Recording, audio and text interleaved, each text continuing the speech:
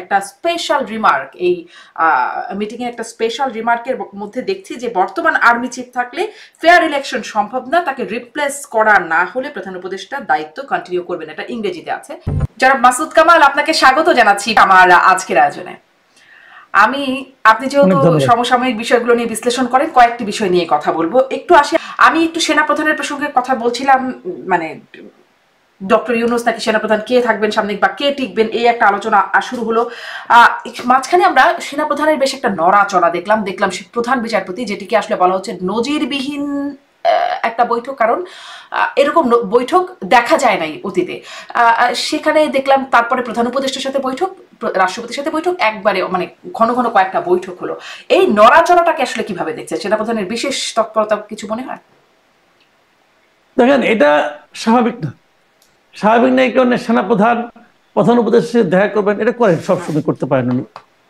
কেন করেছেন? নানা ধরনের গুজব কিন্তু আছে বাজারে, আসলে এটা অস্বীকার করা যাবে না। বাট সেটা যেহেতু গুজব নিয়ে আমরা আলোচনা করতে পারবো না। তবে সেনাপ্রধান কখনো এর আগে চিফ জাস্টিসের সঙ্গে খুব দেখা করেছেন এরকম আমার মনে পড়ে না। হয়তো করেছেন, আমার মনে পড়ে না। এটা আনইউজুয়াল। আর রাষ্ট্রপতির সঙ্গে উনি দেখা করতে গিয়েছেন যে বিদেশ থেকে আসার পর নাকি দেখা করার একটা কনভেনশন আছে, রীতি আছে। তো এই রীতি তো ভাই আগে কখনো দেখি নাই। উনি তো এর আগে ওরা অনেক দেশে গেছেন, দেখি নাই। এবং তারও চেয়ে বড় কথা, এই রীতিটা সবচেয়ে বেশি প্রযোজ্য হলো সরকার প্রধানের ক্ষেত্রে। শেখ হাসিনা কিন্তু করতেন, উনি বিদেশ থেকে এসে কিন্তু রাষ্ট্রপতির সঙ্গে দেখা করতেন। এই রীতিটা মেনটেন, এটা আইন না গেলে কোনো অসুবিধা নাই, কিন্তু একটা রীতি, একটা ভদ্রতা, সৌজন্যতা। ডক্টর ইউনূস কি একবারও গেছেন? একবারও যান নাই। অথচ আইন অনুযায়ী দেখেন, জুলাই যে ঘোষণাপত্রটা হয়েছে, সেই জুলাই ঘোষণাপত্রে কিন্তু ডক্টর ইউনূস বলেছেন 5 তারিখে যে এটা একটা সাংবিধানিক সরকার। উনি এই কথাটা উচ্চারণ করেছেন। তার মানে ওনার সরকারটা সাংবিধানিক। তাই সাংবিধানিক সরকার হইলে পরে ওনাকে প্রধান উপদেষ্টা কে নিয়োগ করছে? রাষ্ট্রপতি নিয়োগ করছে। উনি কার প্রধান উপদেষ্টা? উনি তো উপদেশ দিবেন। কাকে দিচ্ছেন উপদেষ্টা? উনি কার প্রধান উপদেষ্টা? উনি রাষ্ট্রপতির প্রধান উপদেষ্টা। আমি যদি এটাকে তত্ত্বাবধায়ক সরকারের ফরম্যাটে ভাবি, যদি এটা তত্ত্বাবধায়ক না, অন্তর্বর্তীকালীন সরকার, এই বিষয়টা তো সংবিধানে নাই। সাংবিধানিক সরকার নাকি হয়েছে এটা? ও সুপ্রিম কোর্টের একটা রেফারেন্সের কথা বলছে, সেই কারণে সাংবিধানিক সরকার। তাহলে এটা কিভাবে হলো ভাই? এই সমস্ত প্রশ্ন করলে কোনো উত্তর পাবেন না আপনি। আসলে এটা একটা জোড়াতালি সরকার। জি, আমি আসলে সুপ্রিম কোর্টের রেফারেন্সটা নিয়ে একটু প্রশ্ন করি। দেখেছেন সেই 106 যে রেফারেন্সটা সুপ্রিম কোর্টের হলো, কারণ এটা নিয়ে অনেক আলোচনা আছে। আপনি দেখেছেন কি? আমি অনেকের সাথে কথা বলেছি, কেউ আসলে পাই নাই যিনি দেখেছেন।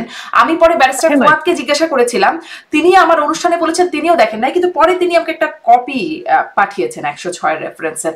আমি ওইটা দেখেছি, কিন্তু আপনি কি কোনো রেফারেন্স দেখেছেন? আমি আজ পর্যন্ত কাউকে দেখিনি যিনি দেখেছেন। আমি দেখি নাই, বরং একটা সন্দেহের কথা বলি। সেই সন্দেহটা হলো, ওই রেফারেন্সে কে দিয়েছে? আপিল বিভাগ, আপিল বিভাগের পূর্ণ বেঞ্চ। কিন্তু তার মানে আপিল বিভাগের পূর্ণ বেঞ্চ মানে ওই সময়কার যিনি প্রধান বিচারপতি ছিলেন তিনি ওখানে থাকবেন, ঠিক কিনা? ফাইন। কিছুদিন আগে সেনাবাহিনী একটা তালিকা প্রকাশ করছে যে সেনানিবাসে কারা কারা আশ্রয় নিয়েছিল, যে 6 শতাধিক লোক আশ্রয় নিয়েছিল। সেখানে 8 নম্বরে হলো গিয়ে প্রধান বিচারপতি, এবং তারা 5 তারিখে ওখানে আশ্রয় নিয়েছিল। 2 জন বিচারপতি সম্ভবত ছিলেন ওই তালিকায়। হ্যাঁ, এবং প্রধান বিচারপতি যদি সময় সেনা নিবাসে থাকেন, তাহলে আপিল বিভাগের পূর্ণ বেঞ্চ কিভাবে দিল এইটা? 106 আমি জানি না, আমি বলতে পারবো না। বাট এটা হলো একটা আলোচনা হচ্ছে।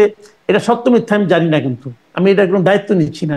বাট আমি এই প্রশ্নটা করছি যে উনি যদি ওখানে থাকেন, তাহলে এখানে কিভাবে উনি এইটা দিলেন, মানে আপনার বললেন এই পরামর্শ দিলেন, আমি জানি না। তবে যাই হোক, যেহেতু তারা বলেছে এবং ঘোষণাপত্রে যেহেতু আছে যেটা একটা সাংবিধানিক সরকার, তো তাদের সংবিধান মেনেই চলা উচিত। দেখেন, আমি একটা কথা বলি, অনেক কথাই এখন বলা হয় না। যার হাতে ক্ষমতা থাকে তাকে কেউ প্রশ্ন করতে চায় না, বাংলাদেশে যে প্র্যাকটিস। তবে অথচ প্রশ্নটাই করা উচিত, আমাদের করতে চায় না, যে কারণে সবাই চুপচাপ থাকে। হাসিনার আমলেও অনেক আকাম কুকাম করছেন, কেউ প্রশ্ন করে নাই। কেউ হাসিনাকে প্রশ্ন করে নাই যে আপনি রাষ্ট্রীয় যে ক্ষমতা ভোগ করেন, আপনি যে প্রোটোকল ভোগ করেন সেই প্রোটোকল আপনার বোন কিভাবে ভোগ করে?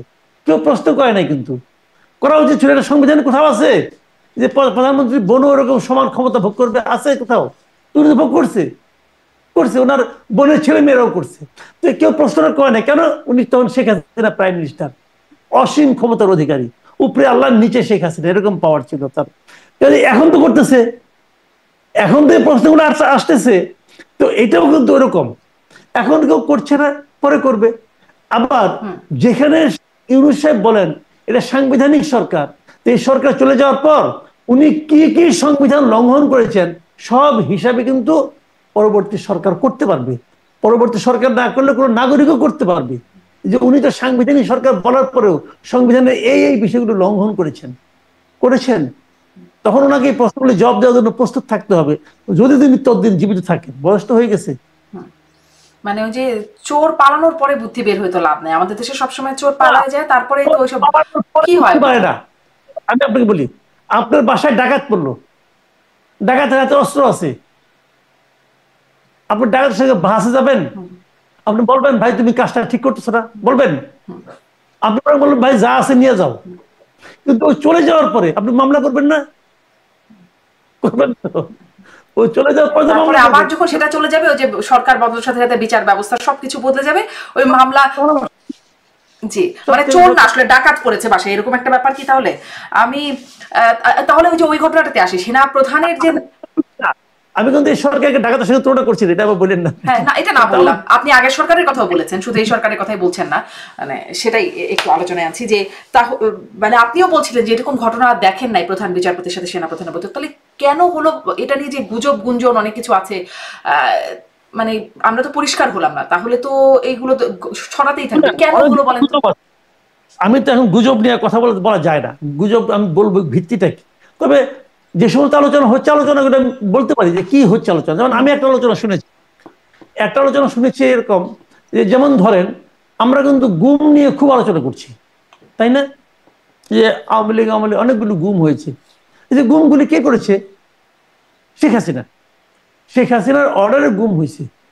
তো শেখ হাসিনাকে সবাই বাড়িতে বাড়িতে যে সবাইকে ধরে নিয়ে আসছে? কাউকে না কাউকে দেশে আনায় অর্ডার করছে। একজন জেনারেল হয়তো বলছে, অথবা ব্রিগেডিয়ার হয়তো বলছে ধরে নিয়ে আসো। সেখানে মেজর ছিল, ক্যাপ্টেন ছিল, নানা রকম র্যাঙ্কের লোক ছিল না? আচ্ছা, তারা কি অপরাধী? খেয়াল করেন। আবার ধরেন পুলিশের যে লোকগুলি গুলি করছে তারা কি অপরাধী? সে যদি বলে আমাকে আমার ঊর্ধ্বতন কর্মকর্তা অথবা ওসি অথবা এসি তারা আমাকে অর্ডার করছে ফায়ার করো, আমি ফায়ার না করে কি করবো? আমি করছি। আর আপনি ওসিকে ধরলেন, তুমি কেন তাকে বললো ফায়ার করতে? সে বলে আমার এসপি সাহেব বলছে আমাকে দেখা মতো ফায়ার করবা, নাহলে আমার চাকরি থাকবে না, আমি করছি। আপনি এসপিকে জিজ্ঞেস করলেন, এসপি বলবে ডিআইজির কথা, ডিআইজিকে জিজ্ঞেস করবেন, সে বলবে আইজির কথা, আইজিকে জিজ্ঞেস করবেন, সে তখন রাজসাক্ষী হয়ে গেছে, সে বলতেছে যে স্বরাষ্ট্রমন্ত্রীর কথা, স্বরাষ্ট্রমন্ত্রীকে জিজ্ঞেস করলে বলবে প্রধানমন্ত্রীর কথা, বলবে তো। তাহলে মামলার আসামি কে কে হবে? প্রধানমন্ত্রী হবে, স্বরাষ্ট্রমন্ত্রী হবে, আইজি হবে, ডিআইজি হবে, এসপি হবে, ওসি হবে, পুলিশ হবে, হবে না? হবে তো। গুম যখন হয়েছে আসামি কে হবে? হাসিনা হবে। হাসিনা যাদেরকে বলেছে, যদি ডিজিএফআই হয় ডিজিএফআই চিফ হবে, ডিজিএফআই এর অধস্তন যারা আছে তারাও হবে, যারা এর সঙ্গে জড়িত ছিল তারাও হবে, এরকম সিরিয়ালি অনেকেই হবে। বিচারটা তাদের কোথায় হবে? তাদের বিচারের এই ট্রাইব্যুনালে হওয়া উচিত। ট্রাইব্যুনালে বিচারে এখন পর্যন্ত কারোর নাম দেখছেন? শুরু হয়েছে? হয় নাই। গুজব আছে যে তাদের বিচার যাতে ট্রাইব্যুনালে না হয়ে সেনা আইনে হয়, সেই জিনিসটা বলার জন্য হয়তো বা সেনাপ্রধান ওনাদের সঙ্গে আলাপ করছেন, হতেও পারে। এটা কিন্তু আমি কনফার্ম না, আমি জানি না, বাট এটা আলোচনা, এই গুজবটা কিন্তু হচ্ছে বাজারে। যদি ওনারা ক্লিয়ার করতেন, যদি সেনাপ্রধান ক্লিয়ার করতেন, আইএসপিআর ক্লিয়ার করতো যে কেন উনি প্রধান বিচারপতির কাছে গিয়েছিলেন, যদি ক্লিয়ার করতো তাহলে কিন্তু এটা ক্লিয়ার হয়ে যেত। যখন আপনি ক্লিয়ার না করবেন, অস্পষ্ট রাখবেন, চুপ থাকবেন, তখন কিন্তু এই ধরনের গুজব ডালপালা মেলতেই থাকবে। এটাই দুনিয়ার নিয়ম, জি যে যখন অস্পষ্টতা সেখানে সন্দেহ, জি যেখানে সন্দেহ, সন্দেহ খুব দ্রুত বেগে ডালপালা গজায়। জি। এবং সেই গুজব নিশ্চয়ই ক্ষতিকারক, যার কারণে অনেক সত্য ঘটনাকেও গুজব বলে উড়িয়ে দেওয়া যায়। যেমন আসিফ নজরুল বললেন, আইন উপদেষ্টা, তিনি বললেন এই সেনাপ্রধানের সাথে প্রধান বিচারপতির বৈঠক সম্পর্কে তিনি জানেন না এবং এটা নাকি গুজব। জি। মানে কি বলবেন এখন বলেন? এখন উনি জানেন না, অথবা জেনেও না বলেছেন, কোনটা আমি জানি না। যদি জেনে না বলেন তাহলে তো মিথ্যা বলছেন। আর যদি আসলেই না জানেন, নাও জানতে পারেন, ওনার সব জানতে হবে তা তো না। ওনার মানে চিফ জাস্টিস কোথায় যাবে, অমুক জাস্টিস কোথায় যাবে, সব তো উনি জানবেন না। তবে এটা তো একটা বড় ঘটনা, এটা ওনার জানাটা স্বাভাবিক। তবে পৃথিবীতে অস্বাভাবিক ঘটনাও তো ঘটে, হতেও পারে। হয়তো আমি বেনিফিট অফ ডাউট দিচ্ছি, হতেও পারে। আচ্ছা, আর একটা জিনিস, সেনা প্রধান নাকি আবার প্রধান উপদেষ্টাকে গিয়ে বলে আসছেন গুজবে কান দেবেন না, প্রেস সচিব আবার পরবর্তীতে এটি বলেছেন। মানে এটিও কি আপনি বুঝতে পারেন যে সেনা প্রধান কেন এটা মানে জানি না, জি আমি জানি না কি কারণে বলবেন, কেন বলতে পারেন, ওনার মনের কথা আমি বলতে পারবো না। তো যদি উনি বলেও থাকেন, দেখেন সেনা প্রধানের সঙ্গে প্রধান উপদেষ্টা মিটিং হয়েছে, অনেক কথাই তো হয়েছে, অনেক কথাই তো হয়েছে। কিন্তু যখন এটাকে প্রেস রিলিজ হিসাবে যখন আপনি মিডিয়াতে পাঠাবেন, যারা পাঠাবেন তাদের কেয়ারফুল হওয়া উচিত যে কোন কোন শব্দটা ব্যবহার করলে তার আফটার ইফেক্ট কি হতে পারে। আমার মনে হয় এই নিউজের, এই প্রেস রিলিজের ক্ষেত্রে তারা সেভাবে সেটা চিন্তা করেন নাই, অথবা উল্টোটা এমনও হতে পারে তারা এটা ইন্টেনশনালি করেছেন, মানুষের মধ্যে গুজব কি গুজব কি গুজব এই আলোচনাটা ছড়িয়ে দেওয়ার জন্য হয়তো ইন্টেনশনালি করেছেন।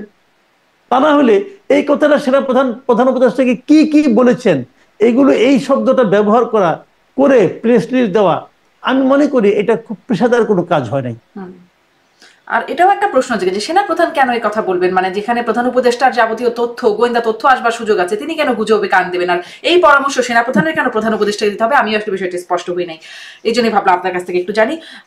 শেষ প্রশ্ন করি যে নির্বাচন নিয়ে যে অনিশ্চয়তা আছে সেটির ব্যাপারে সরকার বারবার বলছে না, কোনোভাবেই না, নির্বাচন ফেব্রুয়ারিতেই হবে। কিন্তু নানান রকম অনিশ্চয়তার কথা আছে, যে যারা আসলে নানান রকম শর্ত জুড়ে দিচ্ছেন তারা নির্বাচন চান, কিন্তু তার আগে অনেক যদি তবে আছে। আমি সেদিনও একজন বিএনপি নেত্রীকে জিজ্ঞাসা করছিলাম যে তাদের একটা দেখা যাচ্ছে জামাতের যেমন 300 আসনে মনোনয়ন দেওয়া আছে, আবার এদিকে নানান রকম যদি কিন্তু তবে আছে, তাদের প্ল্যান এ প্ল্যান বি আছে, আপনাদের কি প্ল্যান বি? তো তিনি বলছিলেন যে আমাদের কোনো প্ল্যান বি নেই। আপনার কি মনে হয় বিএনপি আসলে প্ল্যান বি ছাড়া চলছে? নির্বাচন যদি না হয় বিএনপি তখন কি করতে পারে, বা তাদের কি কোনো কিছু আছে জানা শোনার পরিকল্পনা? শুনেন, বিএনপি মনে করে নির্বাচন ফেব্রুয়ারিতে হবে, বিএনপি মোটামুটি কনফার্ম যে নির্বাচন ফেব্রুয়ারিতে হবে, এবং আমিও ব্যক্তিগতভাবে মনে করি নির্বাচন ফেব্রুয়ারিতে হবে। এটা মনে করি এই কারণে যে প্রধান উপদেষ্টা তার জাতির উদ্দেশ্যে ভাষণে ফেব্রুয়ারির কথা বলেছেন। এই প্রথমবার উনি সুনির্দিষ্টভাবে বলেছেন, এবং বলার পরের দিনই উনি নির্বাচন কমিশনকে চিঠি দিয়েছেন, নির্বাচন কমিশন রোডম্যাপ ঘোষণা করেছে। মানে নির্বাচন ফেব্রুয়ারিতে ঘোষণা আসার পর থেকে যা যা হওয়া দরকার তাই হচ্ছে। এর মধ্যে পলিটিক্যাল পার্টিগুলো নানা ধরনের অজুহাত, নানা ধরনের দাবি দেওয়া তুলতেই পারে, এগুলো তাদের যার যার নির্বাচনী স্ট্র্যাটেজি, তারা হয়তো এইগুলো নিয়ে মাঠে নামবে, জনগণের কাছে যাবে। কিন্তু নির্বাচন হবে না এমন কোনো কথা এখন পর্যন্ত কেউ বলে নাই। বলেছেন তো, নাসিরউদ্দিন পাটোয়ারি বলেছেন ফেব্রুয়ারিতে নির্বাচন হবে না। পাটোয়ারি বলেছেন যে ফেব্রুয়ারিতে নির্বাচন হবে বলে মনে হয় না, উনি বলেছেন মনে হয় না। কিন্তু আমার কাছে মনে হয়েছে জিনিসটা, এই দুটো দলই তো আসলে, এই দুজনই তো একই দলের, এবং যে দলের এখন নিবন্ধন হয়নি আর কি, কাজে এটাকে কতটা গুরুত্ব দেওয়া যাবে আমি বলতে পারবো না। কিন্তু আমি যেটা মনে করি নির্বাচন ফেব্রুয়ারিতে হবে। জামাত টিআর চাচ্ছে, কিন্তু জামাত কখনো বলে নাই যে পিআর না হলে আমি নির্বাচনে যাব না, এই কথা বলে নাই। জামাত নির্বাচনের দল, আর যদি এনসিপি নির্বাচনে নাও যেতে পারে, এনসিপি নির্বাচনে না গেলে নির্বাচনে কিছু যায় আসে না, কারণ এনসিপি গেলেও যে খুব একটা প্রভাব এনসিপি ফেলতে পারবে এই নির্বাচনে, এটা আমার কাছে মনে হয় না। এটা এনসিপি নিজেও আশা করে কিনা আমি জানি না। কিন্তু ডক্টর ইউনূসের দল আপনি বলছিলেন, হ্যাঁ হয়েছে, হতেই পারে। ডক্টর ইউনূসের দল তো আগেও একটা করছিল, ওটা কি হয়েছে? 1 মাস মানে 3 মাস না যেতে গোত্তা খাইছে, ওটা কি হয়েছে? উনি কি একদম পলিটিশিয়ান হিসেবে খুব বিরাট নাকি ডক্টর ইউনূসের? আর রাজনীতি বুঝেন কিনা এটা তো আমার সন্দেহ আছে। আজকে 21শে আগস্ট গ্রেনেড হামলা মামলার আপিলের রায় হলো, সেখানেও আসলে তারেক রহমান সহ লুৎফুর রহমান বাবু সহ সব আসামি খালাস পেয়ে গেলেন। ভালো কথা। আমার আসলে প্রশ্নটা এখানে যে তাহলে এই যে 24 জন মানুষ মারা গেলেন, এত শতাধিক মানুষ আহত হলেন, কেউ কি এর জন্য দায়ী না, বা দায়ীদের বের করা হবে না, তাদের বিচার হবে না, মানে এটাই কি এখন নিয়তি তাহলে? না দেখেন, এখানে অনেকগুলি বিষয় কাজ করছে, কিন্তু যে গ্রাউন্ডে হাইকোর্ট এই মামলাটা, বিচারিক আদালতের মামলাটাকে খারিজ করে দিলেন, গ্রাউন্ড মোটামুটি গ্রহণযোগ্য গ্রাউন্ড। গ্রাউন্ডটা হলো যে আপনার মানে অধিকতর তদন্ত, যেটা সেই তদন্তের মাধ্যমে বিচারিক আদালত এটাকে করেছে, বিচার করেছে। তো অধিকতর তদন্ত মানে একজন মনে করেন মুফতি হান্নান, সে 4 বছর পরে আবার আরেকটা নতুন করে সে 164 করছে আর কি। তো এটা তো আসলে 4 বছর তো সে পুলিশের কাস্টডিতে ছিল, 4 বছর পরে যখন নতুন করে সে আবার সাক্ষ্য দিল, নতুন করে জবানবন্দি দিল, তো এটা নিয়ে কিন্তু সন্দেহ হতেই পারে। এবং অনেক আসামি বলেছেন যে তাদেরকে মারামারি মাইরা, এখন এটা হলো এটা বাংলাদেশের একটা পুরনো মানে পলিসি, যে সরকার পরিবর্তনের সঙ্গে সঙ্গে সবকিছু পাল্টে যায়। সরকার পরিবর্তনের সঙ্গে সঙ্গে সবচেয়ে বেদনাদায়ক হলো সরকার পরিবর্তনের সঙ্গে সঙ্গে সত্য এবং মিথ্যার ডেফিনেশনও পাল্টে যায়। যেমন যখন বিএনপি ছিল, এই ঘটনা ঘটলো কবে? 2004 সালে। তারপরে তো আরো 2 বছর বিএনপি ছিল। বিএনপি 2 বছরে কি করেছে? এবং বিএনপি 2 বছরে জজ মিয়াকে ক্রিয়েট করেছে। এবং এই জজ মিয়াকে তখন তো বিএনপি তখন যা দেখতাম আমরা, জজ মিয়াই সত্য, উনি সবাইকে মেরেছেন। তারপরে আওয়ামী লীগ আমল আসলো, তারপরে প্রথম আসলো তত্ত্বাবধায়ক আমল, ওনারা আবার এটা নতুন করে তদন্ত করলেন। আওয়ামী লীগ আমল আসলো, আওয়ামী লীগ আবার করলেন, তখন আবার জজ মিয়া ইনোসেন্ট হয়ে গেল। তাহলে যে নাকি সবগুলো অপরাধের মূল, সেই ইনোসেন্ট হয়ে গেল কিন্তু। এবং ইনোসেন্ট হওয়ার পর তারা আবার নতুন করে এখানে আনলো, এখানে মুফতি হান্নানকে আবার নিয়ে আসলো আইনে, তার সঙ্গে তার বক্তব্য নিল, অমুক নিল, তমুক নিল, অনেক কিছু। মানে আনফর্চুনেটলি বলে ফর্চুনেটলি বলে, এখানে 2টা মামলা কিন্তু, একটা হলো অস্ত্র মামলা আর একটা হলো আপনার হত্যা মামলা। আমি 2টা মামলার টোটাল রায়টা আমি পড়েছি। 2টা আমি আমার নিজস্ব ব্যক্তিগত কৌতূহল থেকে পড়েছি। কিছু কিছু ক্ষেত্রে এটা আমাকে পলিটিক্যালি বায়াস মনে হয়েছে রায়টাকে। যেমন আপনাকে একটা এক্সাম্পল দিয়ে বলি, যাবজ্জীবন কারাদণ্ডপ্রাপ্ত তারেক রহমান, তার ভূমিকাটা কি আমার কাছে ক্লিয়ার না, ওই রায় পড়লে আপনার কাছে ক্লিয়ার হবে না। যাবজ্জীবন কারাদণ্ডপ্রাপ্ত একজন ছিল শাহ মুফাজ্জল হোসেন কায়কোবাদ, এমপি। ওনার কি ভূমিকা? পুরা রায়ের মধ্যে ওনার নাম মাত্র একবার আসছে, একবার। কি কারণে আসছে? যে উনি নাকি মুফতি হান্নানকে তার হাওয়া ভবনে নিয়ে গেছিলেন, এই হলো ওনার অপরাধ। পুরা ইয়ের মধ্যে মুফতি হান্নানকে উনি হাওয়া ভবনে নিয়ে গিয়েছিলেন। ষড়যন্ত্রের মধ্যে ওনার নাম কোথাও নাই। আমি কিন্তু পুরাটা পড়ছি ভাই, আমি আবার দায়িত্ব নিয়ে বলতেছি। যেমন হানিফ পরিবহনের মালিক হানিফ সাহেব, ওনার অপরাধটা কি? কোন পুরা রায়ের মধ্যে কোথাও পাবেন না, পুরা তদন্তের মধ্যে কোথাও পাবেন না আপনি। একটা বলা হয়েছে যে অপরাধী যারা হবে, যারা এগুলো অপরাধগুলো করবে, তাদেরকে হানিফ পরিবহনের মাধ্যমে উনি মানে পাঠাই দিবেন, এই ছিল তাদের আলোচনা। এখন এই কারণে ওনার যাবজ্জীবন হয়ে গেছে। কিন্তু আমি 3 জনের কথা বললাম, 3 জনের যাবজ্জীবন হয়ে গেছে। তো এটা আসলে মানে মনে হয়েছে আমার কাছে পলিটিক্যালি বায়াস, আর সবাই বিএনপি, এটা আমার মনে হয়েছে। কিন্তু সবাই যে নির্দোষ যদি হয়, তাহলে আমি তো এর আগেও প্রশ্ন করছিলাম যে তাহলে আইবুর রহমানের মৃত্যু কিভাবে হলো? তার কি ডায়রিয়াতে মৃত্যু হয়েছে? তো ডায়রিয়াতে মৃত্যু হয় নাই ভাই, সেটা তো গ্রেনেডের আঘাতে মারা গেছেন। তো গ্রেনেডটা তো কেউ না কেউ ছুঁড়েছিল। হাইকোর্ট কিন্তু বলেছিল যে এই মামলা, যেহেতু হত্যা মামলাগুলি একদম একদম মানে সম্পূর্ণ তথ্য প্রমাণ না হলে, একদম নিশ্চিন্ত না হলে পরে তাকে রায় দেওয়া যায় না। হত্যা মামলা এটা অপরাধী হিসাবে তাকে চিহ্নিত করা যায় না। সামান্য একটু সন্দেহ হলেই তো সে একটা ছাড় পেয়ে যাবে। তো সেভাবে সবাইকে ছাড় দিলেন, আমার কোনো আপত্তি নেই। হতে পারে আপনাদের কাছে মনে হয়েছে এই তদন্ত ঠিক না, কিন্তু প্রশ্ন হলো তদন্ত একটা হওয়া দরকার, জেনুইন তদন্ত। ঘটনা তো ঘটেছে, কেউ না কেউ তো গ্রেনেড মেরেছে। গ্রেনেড কোথেকে আসলো? গ্রেনেড কি মানুষের ঘরে ঘরে পাওয়া যায়, বানায় মানুষ? এটা কি কুটির শিল্প? তা তো না। মানুষকে গ্রেনেড পকেটে নিয়ে এনে ঘুরে, তাও তো ঘুরে না। তাহলে গ্রেনেডটা কোথেকে আসলো, কিভাবে আসলো, এগুলো তো জানা দরকার। তাহলে আপনাকে একটা যথাযথ তদন্ত করতে হবে। ঠিক আছে, ওই সময় অনেক লোক মারা গেছে, তারপরেও তো তদন্ত করা যায়। হাইকোর্ট কিন্তু বলেছিল, যে স্বরাষ্ট্র মন্ত্রণালয়কে বলেছিল একটা যথাযথ তদন্ত করার জন্য। ইন্টারেস্টিং বিষয় হলো সুপ্রিম কোর্ট মানে আপিল বিভাগ এই যে অবজারভেশনটুকু, যে যথাযথ তদন্ত করার যে আদেশ মানে নির্দেশনা, এইটুককে বাদ দিয়ে দিছে। এইটুককে বাদ দিয়ে বাকি সব রাখছে। তাহলে কি দাঁড়ালো? যে এই মামলার ফার্দার তদন্তের ব্যাপারেও আদালতের কোনো আগ্রহ নাই। কেন নাই আমি জানি না, আমি বুঝবো না, আমি তো বিচারক না, আমি আইনজীবীও না, আমি আইনজ্ঞও না, বুঝবো না।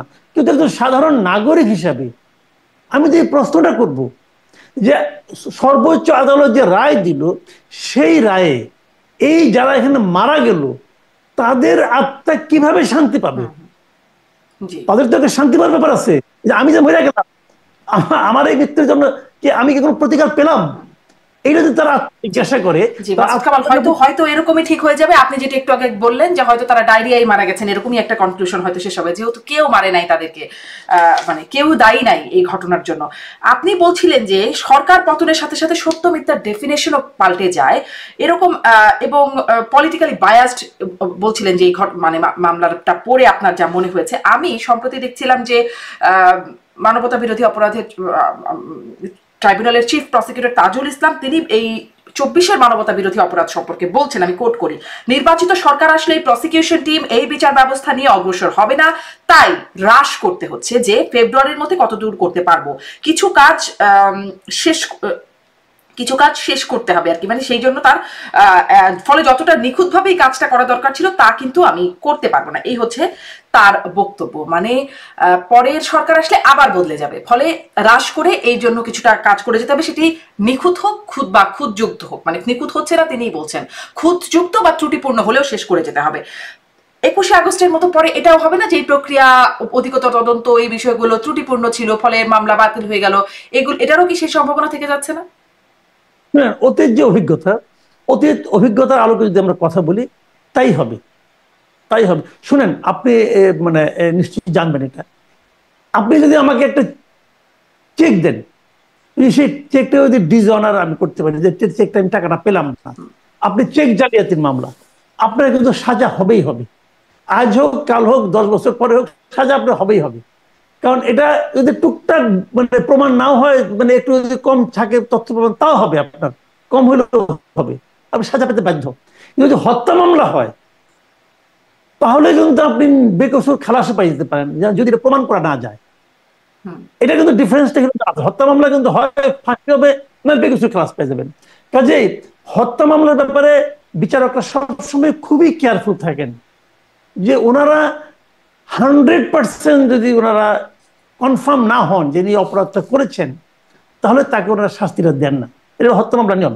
তাহলে এখানে যদি খুঁত থাকে, যদি প্রসিকিউটর নিজেই বলেন যে খুঁত থাকবে, তো খুঁত থাকলে পরে কিভাবে মানে সাজাটা হবে? নাকি সাজা পূর্ব নির্ধারিত?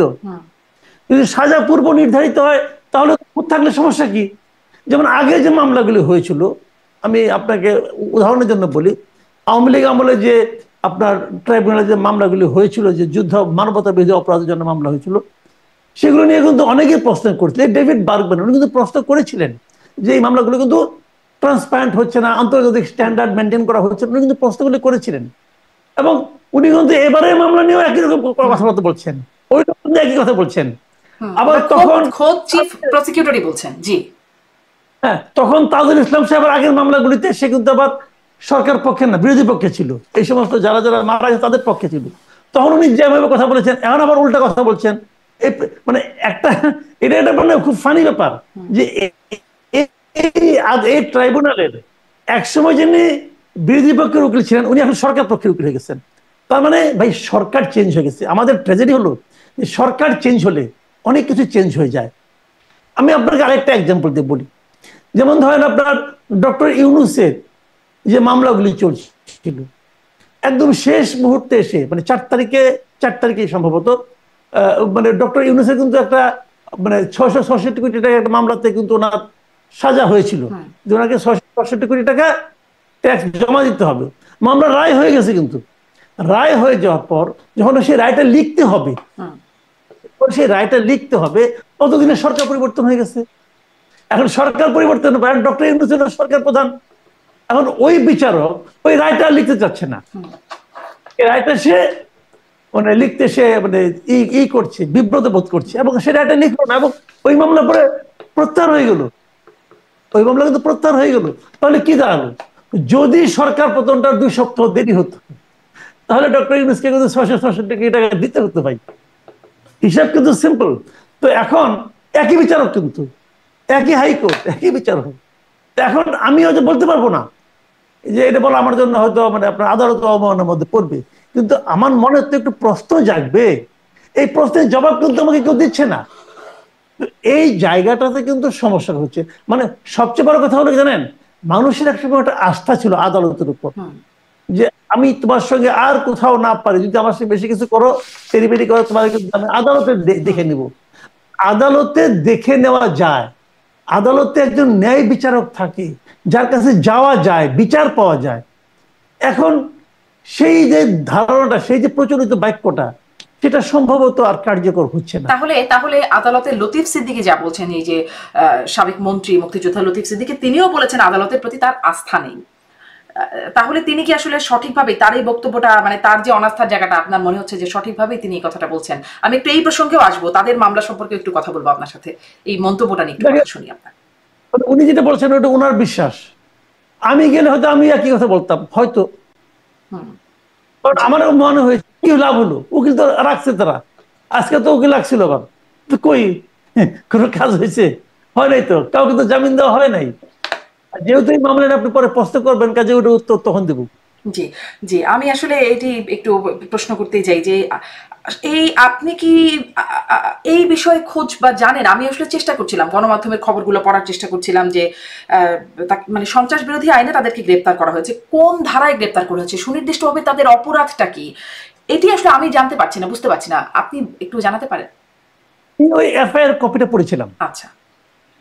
এফআইআর কপিতে যতটুকু আমার যতটুকু মনে আছে এখন, মোট কথা হলো তারা সরকারকে ফেলে দেওয়ার জন্য একটা ষড়যন্ত্র তারা এখানে করছিল। এবং ওইখানে এফআইআর কপিতে স্পষ্ট লেখা আছে যে লতিফ সিদ্দিকী সাহেব সরকারের বিরুদ্ধে কি কি বলেছেন। খুব মজার বিষয় হলো, ওখানে যারা উপস্থিত ছিলেন এরকম একাধিক লোকের সঙ্গে আমার কথা হয়েছে, বিভিন্ন মিডিয়াতে আমি পড়েছিও, সেটা হলো লতিফ সিদ্দিকী সাহেব ওখানে কোনো কথা বলার সুযোগই পান নাই। কার্জন সাহেব, শেখ হাফিজুর রহমান কার্জন, অধ্যাপক শেখ হাফিজুর রহমান কার্জন, উনি বক্তৃতা দেওয়ার পরেই মব ওখানে ঢুকে গেছে। লতিফ সিদ্দিকী হাতে মাইক্রোফোন নেনই নাই, কিন্তু এফআইআর পুলিশ কর্মকর্তা যিনি মামলাটা করেছেন, যিনি মানে এফআইআর অভিযোগ করেছেন, তিনি কিন্তু লিখেছেন যে লতিফুর রহমান সাহেব কি কি বলেছেন ডিটেইল উনি লিখেছেন। কোথায় শুনলেন? উনি কি লতিফুর রহমান সাহেবের অন্তরে প্রবিষ্ট হয়েছিলেন, যে ওইখান থেকে শুনে এসেছেন যে উনি কি বলতে চাচ্ছেন? তো এগুলি ভাই, আরেকটা কথা আপনাকে বলেন, জীবনে কখনো শুনেছেন, পৃথিবীর কেউ কখনো শুনেছে যে একটা ওপেন স্পেসে, একটা রাউন্ড টেবিল বৈঠকে সরকার বিরোধী ষড়যন্ত্র হয়? ভাই ষড়যন্ত্র তো গোপনে, ষড়যন্ত্র কি প্রকাশ্যে হয়? এটা কোনদিন শুনেছেন আপনারা? একটা ওপেন প্লেস যেখানে সবাই যায়। ষড়যন্ত্র যদি হয়, এখানে তো ডিএমপির একটা অনুমতি নিয়ে, আদালতের এই মানে কথায় আমি দেখছিলাম যে ডিএমপির অনুমতি নিয়ে এই আয়োজনটা হচ্ছে। তাহলে ষড়যন্ত্রই যদি হয়ে থাকে বা এই যদি উদ্দেশ্য হয়ে থাকে, তাহলে অনুমতি বা কেন দিল? শুনেন ঘটনাটা কি হয়েছে আমি বলি। আমরা বলি না মব ভায়োলেন্স, মব কালচার, এটা তো আমরা খুব প্রচলিত এখন এই সময়। আমার মাঝে মাঝে মনে হয় এই সরকার সম্ভবত তাদের প্রধান অস্ত্র হচ্ছে মব। কোনো কিছু হলেই তারা মবকে সামনে এনে হাজির করে, বলে যে একটা চাপ ছিল, যেটা নাকি সরকারের যিনি প্রেস সেক্রেটারি উনি বলেছেন কিন্তু স্পষ্ট, এটা কিন্তু মব বলতে রাজি না, এটা হলো প্রেশার গ্রুপ। তো ওনাদের সেই প্রেশার গ্রুপ ওখানে গিয়েছিল, যে তারা এটার বিরুদ্ধে তারা হইচই করেছে, কথা বলেছে, এবং তারা পুলিশ ডেকে এনেছে। এবং পুলিশ যেহেতু সরকারের প্রেশার গ্রুপ, এরা অতএব পুলিশ সরকারি পুলিশ, তারা প্রেশার গ্রুপের কাজটা যা চেয়েছে তাই করেছে। উচিত ছিল কি, আপনার কমন সেন্স কি বলে, আপনি ভিডিওগুলো দেখেন তারা কি ভঙ্গিতে মানুষকে গালাগালি করছে। তো তারা তো হলো গিয়ে অনুপ্রবেশকারী, ধরা উচিত ছিল তাদেরকে। কিন্তু যারা নাকি তাদের অনুপ্রবেশের মাধ্যমে যারা নাকি মবের শিকার হলো, আপনি তাদেরকে ধরে নিয়ে গেলেন। তারা যদি ষড়যন্ত্রকারী হয়, তারা যদি আসলেই যদি সন্ত্রাস বিরোধী মানে সন্ত্রাসী কর্মকাণ্ডের পরিকল্পনা করতে থাকতো, তাহলে আপনি তখনই মামলা করতেন। 12 ঘন্টায় থানায় বসে রাখছেন, আর আপনি নেওয়ার সময় বলে দিচ্ছেন আপনাদের নিরাপত্তার জন্য নিয়ে যাচ্ছি আমরা, এবং 12 ঘন্টা বসায় রেখে তারপরে মামলা করছে। তার মানে কি, মামলাটা কিন্তু উপরের থেকে বলা হয়েছে যে মামলাটা করা হোক। তার মানে এই মামলার সঙ্গে ডক্টর ইউনূস সরকারের সরাসরি ভূমিকা আছে। ডক্টর ইউনূস সরকার চেয়েছেন বলেই এই মামলাটা হয়েছে। এখন সরকারের কে চেয়েছেন আমি বলতে পারবো না, কিন্তু যেই চান দায় দায়িত্ব ডক্টর ইউনূস সরকারের উপর পড়বে। এবং আরো ছোট করে দেখলে এই দায় দায়িত্ব পুরোটাই ডক্টর ইউনূসকে বহন করতে হবে। উনি শান্তিতে নোবেল পেয়েছেন না, উনি শান্তিতে নোবেল পেয়েছেন। ওনার এই শান্তির যে সফেদ পাঞ্জাবি, সফেদ জামা, এখানে এই দাগটা পরবর্তী সময় জলজল করবে, ওনার মৃত্যুর পরেও জলজল করবে। জলজল করে লাভটা কি হবে আমি এটাও একটু জিজ্ঞাসা করি। জলজল না হয় সবারটাই জলজল করছে, কিন্তু এই যারা গ্রেপ্তার হয়ে আদালতে আছেন, জামিন তো পাচ্ছেন না, রিমান্ডেও নাকি নেওয়া হবে তাদেরকে। তাদের দেখলাম আমি মঞ্জুর আলম পান্না সাংবাদিক, তার হাতে হাত করা কার্জন, হাফিজুর রহমান কার্জন আমাদের শ্রদ্ধেয় শিক্ষক, তিনি বলছেন যে আমাদেরকে মেরে ফেলবে, সংবিধান হাতে নিয়ে বলছেন তিনি যে আমাদেরকে মানে মুক্তিযুদ্ধের সংবিধান আমরা রক্ষা করবো, এরকম কথা তারা বলছেন। আর যাচ্ছেন না লতিফ সিদ্দিকী তো বলছেন আস্থা নাই, তিনি খুব একটা কথাও বলেন না। মানে জল করছে, তার দায়, ডক্টর ইউনূসের দায় তার উপর গিয়ে পড়বে। কিন্তু এনাদের ভবিষ্যৎ কি হবে? আগে যেসব সাংবাদিকটা গেছেন, অনেকেই আছেন আসলে মিথ্যা মামলায়, কিন্তু বিশেষ করে আমি সাংবাদিকদের কথা বলবো, অনেক তারা নিরপরাধ না, কিন্তু তাদেরকে হত্যা মামলায় তারা এখন জেলখানায় আছেন। তাদের মতো ইনাদের নিয়তিও কি নতুন করে, মানে তারাও এখন জেলখানায় পৌঁছবেন, এটি নিয়তি তাদের? এখন তো আজকে তো জামিন হয়নি, আজকে জামিন হয়নি। কেন জামিন হয়নি এটা বিচারক ভালো বলতে পারবেন, সরকারও ভালো বলতে পারবেন। নিম্ন আদালতে সরকারের প্রভাব থাকে বলে আমরা সবসময় শুনি। আইন মন্ত্রণালয় ভালো বলতে পারবেন কেন কি হয়েছে, আমি আইন নাম বলতে পারবো না। আর কি বলতে যাই কোন বিপদে পড়ি বলা যায় না কিছুই। কিন্তু একটা জিনিস হলো কি, তাদের জন্য দুর্ভোগ, তাদের তো এখনই দুর্ভোগ, আগামী তার কি দুর্ভোগ করবে, এখনই তো তারা দুর্ভোগে আছেন। এই যে দুর্ভোগটা তারা পোহাচ্ছেন, কেন পোহাচ্ছেন আমি কিন্তু, আমার কাছে কোনো কোনো দৃশ্যমান কোনো কিছু নাই, কিন্তু আমি বলতে পারবো না কেন। মঞ্জুর আলম পান্নাকে আমি ব্যক্তিগতভাবে চিনি।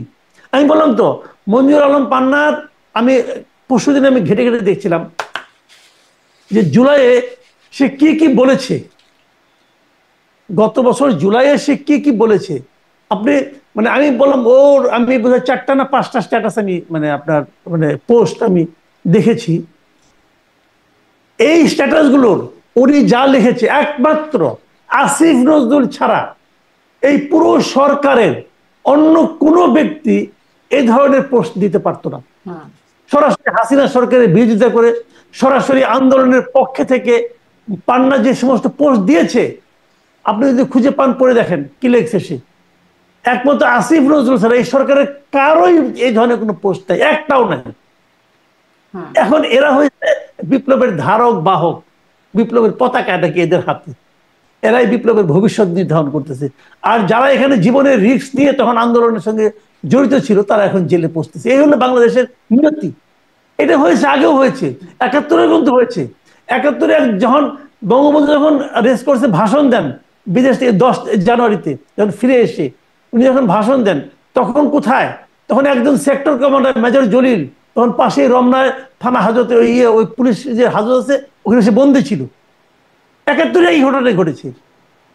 বিজয় হাতছাড়া হয়ে যায়, এখানেও তাই হয়েছে। তো এটা কি বলবেন, এটাই নিয়ম আমাদের দেশের। মানে জুলাই যোদ্ধা নামে কেউ মব সৃষ্টি করে ফেললে ওই তাদের প্রেসার গ্রুপ হিসেবে চিহ্নিত করতে থাকতে হবে, বা তাদের বিরুদ্ধে আর কোনো ব্যবস্থা হবে না, যাদেরকে আক্রমণ করবে তাদের বিরুদ্ধে ব্যবস্থা হবে, এটাই এখন বাংলাদেশে মোটামুটি প্রচলিত আইন। এবং কথা হলো কি, যে মব যারা করবে তারা যাকে ইঙ্গিত করবে সেই লোক যদি জুলাই যোদ্ধাও হয়, বললাম তো মঞ্জুর আলম পান্নার মতো জুলাই যোদ্ধা আপনি সাংবাদিকদের মধ্যে দ্বিতীয়টা খুঁজে বের করতে পারবেন না। আমি বললাম আপনি খোঁজেন না। ওই সময় তাবৎ সাংবাদিকদের মধ্যে পান্না যেভাবে সরাসরি কথা বলেছে, আপনি আরেকটা সাংবাদিক খুঁজে বের করেন, ইনক্লুডিং শফিকুল আলম, খুঁজে বের করেন সে কি করছে। তার শফিকুল আলম মাঝখানে নাকি বলছে যে সে নাকি সাংবাদিকদের 15 বছরের বিচার করবে। আমি তো মাঝখানে আপনার অনুষ্ঠানে বোধহয় চ্যালেঞ্জ করছিলাম তো, যে পুরা এই টিমের ডক্টর ইউনূসের যে প্রেস উইং আছে, উইং এর যে টিম আছে, এখানে যত সাংবাদিক আছে তাদের গত 15 বছরের যত কর্মকাণ্ড আছে, যত লেখালেখি আছে, যত পোস্ট আছে, সবগুলি যোগ করলে যদি আমার অর্ধেক হয় তখন যেন আমার সঙ্গে আলাপ করতে পারে। ভাই এগুলি দেখে আসছি আমরা। এখন তারা আজকা বিপ্লবী বুঝেন, সব বিপ্লবী হয়ে গেছে। হঠাৎ করে এক সূর্যোদয় হয়েছে 5 তারিখে, সূর্যোদয়ের পরে সবাই বিপ্লবী। আর আমরা হইলাম গিয়ে এখন স্বৈরাচারের দোষর, কি বলে না বলে। আমি আরেকটু এখানেও জানতে চাই যে, কিন্তু একটা তো গেল মবের ঘটনা, যারা আসলে এই অনুষ্ঠানের আয়োজক, এটা নিয়েও আপনারা নিশ্চয়ই কথা বলেছেন যে জেরাই খান পান্না তিনি আসলেন না, গণফোরামের সভাপতি কামাল হোসেন, ডক্টর কামাল হোসেন, পরে তো তার দলের পক্ষ থেকে বলা হলো যে গণফোরাম মানে ডক্টর কামাল হোসেনের নাম নাকি এখানে ব্যবহার করা হয়েছে, তিনি নাকি এখানে কনসেন্টও দেন নাই। এইরকমটা কেন হলো? তারা কি আসলে, এটা কি কোনো ফাঁদ পাতা হলো? এখানে আসলে ঘটনাটা কি হলো? ডক্টর কামালের পক্ষ থেকে কে বলছে আমি জানি না। ডক্টর কামালকে দাওয়াত করা হয়েছে এর সংক্রান্ত ছবি আমি দেখেছি। ওখানে বুলবুল ভাই ভদ্রলোক ছিলেন, প্রবীণ মুক্তিযোদ্ধা, উনি ডক্টর কামালকে দাওয়াত পত্র দিচ্ছে, তার ছবিও আমি দেখেছি। এবং ডক্টর কামাল আসবেন এটা ঠিক ছিল। পান্না ভাইয়ের ব্যাপারটা আমি যতটুকু জেনেছি, পান্না ভাই যাচ্ছিলেন ডক্টর কামালকে নিয়ে ওখানে যাবেন বলে, উনি ডক্টর কামালের বাসায় গিয়েছিলেন। তখন ওনাকে এখান থেকে ফোন করে বলা হয়েছে যে এখানে হচ্ছে আপনারা আসেন না। ওনারা একটু জানছিলেন, এরকম আমি শুনেছি, আমি জানি না প্রকৃতপক্ষে, কারণ আমি তো ওখানে যাইনি। আমি আমি বলতে পারবো না, কিন্তু আমি শুনেছি এরকম। কাজে এটা পান্না সাহেব যান নাই, পান্না সাহেব সবাইকে ফাঁসিয়ে দিয়েছেন, এরকম যে যারা বলেন তারা আসলে ওদের মধ্যে মানে আমি বলতে মিথ্যা বলেন, তারা ঠিক বলেন না। এটা মানে আমি দেখছিলাম, আমি ডেইলি ইনকিলাবের একটা খবর আসছে, সেই খবরটা একটু পড়ছিলাম, যে ওখানে দেখলাম যে মঞ্চ ৭১ গণফোরামের প্রতিবাদ এবং আওয়ামী লীগ অলিগারদের জন্য বার্তা, এই শিরোনামে একটি খবর, আমি আপনাকে এটা পাঠায়ও দিতে পারি, যে সেখানে আসলে বলা হচ্ছে যে এই যে তার নাম ব্যবহার করা হলো, তিনি আসলে এটিতে, আমি কি একটু পড়বো খবরটি কি বলছে। করতে পারেন। মুক্তিযুদ্ধের চেতনা রক্ষার অজুহাতে মঞ্চ ৭১ নামের সংগঠনের ব্যানারে সেমিনার আয়োজন এবং পণ্ড করে দেওয়ার পর লতিফ সিদ্দিকীকে কারাগারে নেয়ার ঘটনা, আওয়ামী লীগের অলিগারদের জন্য নতুন বার্তা, দিল্লির এজেন্ডা বাস্তবায়নে যে কোনো ব্যানারে আওয়ামী লীগকে পুনঃপ্রতিষ্ঠার চেষ্টার পরিণতি কি হয় তা দেখা গেল। মঞ্চ ৭১ গণফোরামের প্রতিষ্ঠাতা সভাপতি ডক্টর কামাল হোসেনকে প্রধান অতিথি করা হয়। ব্যানারে ডক্টর কামাল হোসেন শব্দগুলো বড় বড় অক্ষরে লেখা হয়, কিন্তু ডক্টর কামাল হোসেন এই অনুষ্ঠানে যাননি।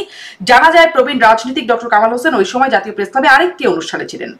লতিফ সিদ্দিকী গংদের পরিণতির পর গণফোরাম থেকে জানানো হয়, ঢাকা রিপোর্টার্স ইউনিটি মিলনায়তনে অনুষ্ঠিত সেমিনারের ব্যানারে অনুমতি ছাড়া মঞ্চ ৭১ নামের একটি সংগঠন গণফোরামের প্রতিষ্ঠাতা এমিরেটাস সভাপতি ডক্টর কামাল হোসেনের নাম ব্যবহার করেছে।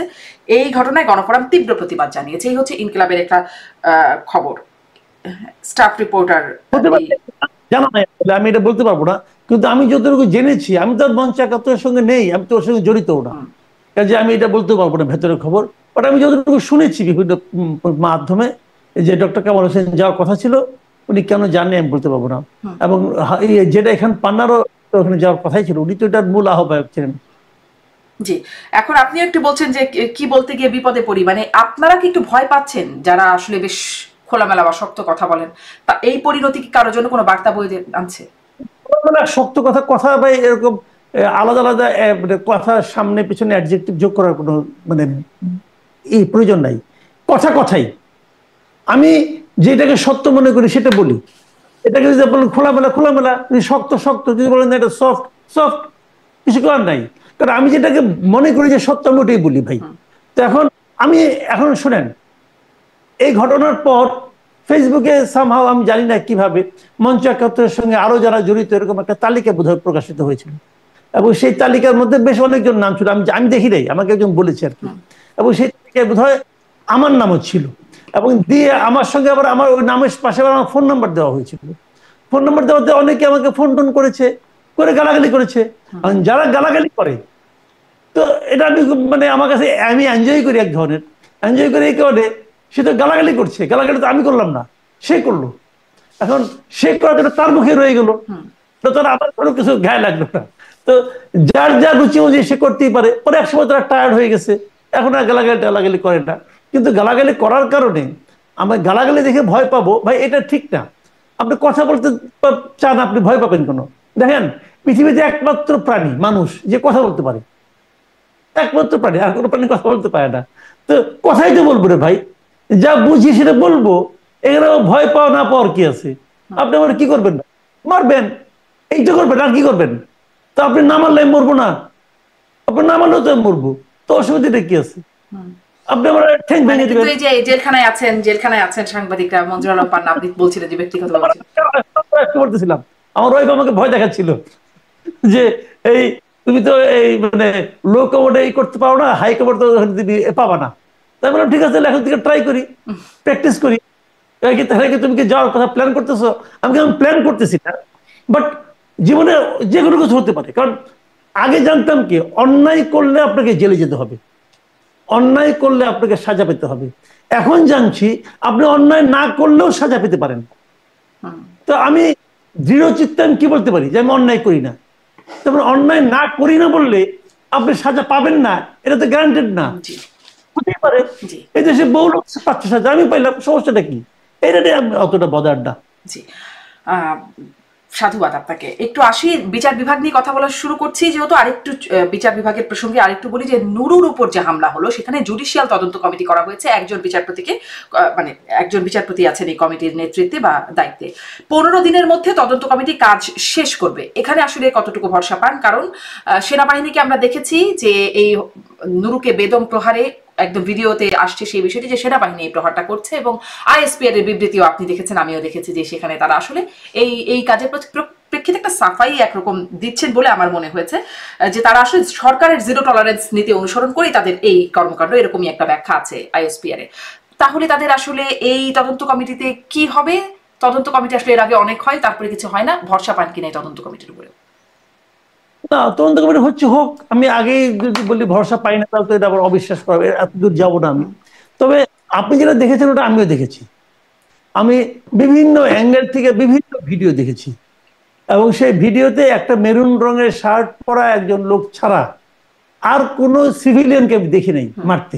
উনিও মানে পুলিশের কনস্টেবল, সেটা পরে দেখা গেছে, পরে জানা গেছে উনি পুলিশের কনস্টেবল। তাহলে কোনো সিভিলিয়ান তো এখানে নাই। এখানে এখন সিভিলিয়ান নাই বলে কি যারা নাকি উর্দি পড়া লোক তারা যদি অন্যায় করে তার কি বিচার হতে পারে না? হতে পারে। এখন হয়তো এই ইনকোয়ারি কমিটি হয়তো উর্দি পড়া লোকদেরকেই খুঁজে বের করবেন কে কে ছিল না ছিল। এটা ভালো। তো আমি তো যে কোনো ইনকোয়ারিকে আমি সাপোর্ট করি। বাংলাদেশে ইনকোয়ারিকে আপনি যেমন 21 আগস্ট গ্র্যান্ড হামলা, ওইখানে তো একটা বিএনপি গভর্নমেন্ট ইনকোয়ারি করছে, আবার আপনার 111 গভর্নমেন্ট ইনকোয়ারি করছে, আবার আওয়ামী লীগ গভর্নমেন্ট ইনকোয়ারি করছে। সব ইনকোয়ারিতে এক একটা এক এক রকম কথা বলে। এখন এই গভর্নমেন্ট ইনকোয়ারি করতেছে, করুক, দেখি কি হয়।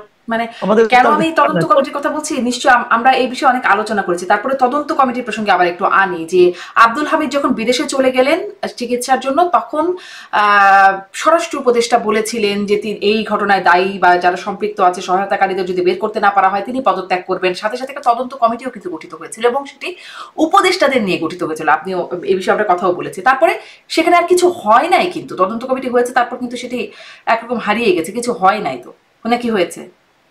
যাদেরকে তখন প্রত্যাহার করা হয়েছিল, যেমন কিশোরগঞ্জের এসপি কে প্রত্যাহার করা হয়েছিল, পরে কিশোরগঞ্জ এসপি কে আবার রিস্টেট করা হয়েছে, আবার আগে জায়গায় ফেরত দেওয়া হয়েছে, সবই করা হয়েছে। খালি স্বরাষ্ট্র উপদেষ্টা পদত্যাগ করতে চেয়েছিলেন, উনি এটা ভুলে গেছেন। এবং এই ভুলাটা অস্বাভাবিক কিছু না, ওনার ভুলার মতো বয়স হয়েছে ভাই। বেশি বয়স হলে, আমি এখন বয়স হয়েছে, আমি মাঝে মাঝে অনেক কিছু ভুলে যাই। আর যে ভুলায় লাভ আছে, লাভজনক বিস্মৃতি খারাপ না। এটাও একটা আলোচনায় আসে যে এই ঘটনায়ও পদত্যাগ, স্বরাষ্ট্র উপদেষ্টার পদত্যাগ, মানে নুরুর উপর যে হামলা হলো, গণ অধিকার পরিষদ তারা পদত্যাগ দাবি করছেন। এনসিপিও এর আগে পদত্যাগ দাবি করেছে। মানে স্বরাষ্ট্র উপদেষ্টার পদত্যাগ প্রায়ই দাবি হয়, বা তিনি এরকম অনেক কাজ করে ভুলে যাচ্ছেন, বা তিনি জানছেনও না যে এরকম ঘটনা ঘটছে। অনেক এমন ঘটনা ঘটছে, যেমন এর আগে যখন জাতীয় পার্টির অফিসে প্রথমবার হামলা হলো তিনি জানেনও না, বললেন যে আমি এটা শুনি নাই, অথচ বেশ খানিক ঘটনা ঘটে গেছে, পুলিশ গেছে, সেনাবাহিনী গেছে, কিন্তু তিনি আসলে জানেনও না সেই ঘটনাটা। এই যে এরকম তিনি কাজ করে চলেছেন, একের পর এক ঘটনা ঘটে চলেছে, আসলে তার পেছনে জোরটা কি? এর মধ্যে তো অনেক রদবদল হলো পদে, স্বরাষ্ট্র উপদেষ্টার পদেও রদবদল হলো। জি, একটাই মাত্র রদবদল হয়েছিল, যেটা নাকি সবচেয়ে খারাপ রদবদল হয়েছিল। এবং ওই রদবদলের মাধ্যমে ডক্টর ইউনূস প্রমাণ করেছেন যে উনি আসলে একটা স্মার্ট গভর্নমেন্ট চান না। এটা আমার কাছে, আমার এটা বিশ্লেষণ। শুরুতেই উনি যে রদবদলটা করেছেন, খুব একটা ভুল রদবদল উনি করেছেন। কেন করেছেন? উনি স্মার্টনেস দেখে, যোগ্যতা দেখে রদবদল করেন নাই। উনি যোগ্যতা দেখে লোকগুলিকে হায়ারও করেন নাই। সবই করেছিলেন ওনার মানে কমন সেন্স দিয়ে, অথবা ব্যক্তিগত পছন্দ অপছন্দ এগুলো দিয়ে করেছেন। দেশটাকে উনি উনার মতো করে চালানোর চেষ্টা করছেন, এবং যার ফলে কাজের কাজ কিছু হয় নাই। এবং এই সরকারের যারা উপদেষ্টা আছেন তাদের মধ্যে কোনো ধরনের জবাবদিহিতা নাই, কোনো ধরনের জবাবদিহিতা নেই, কারোর মধ্যেই নাই।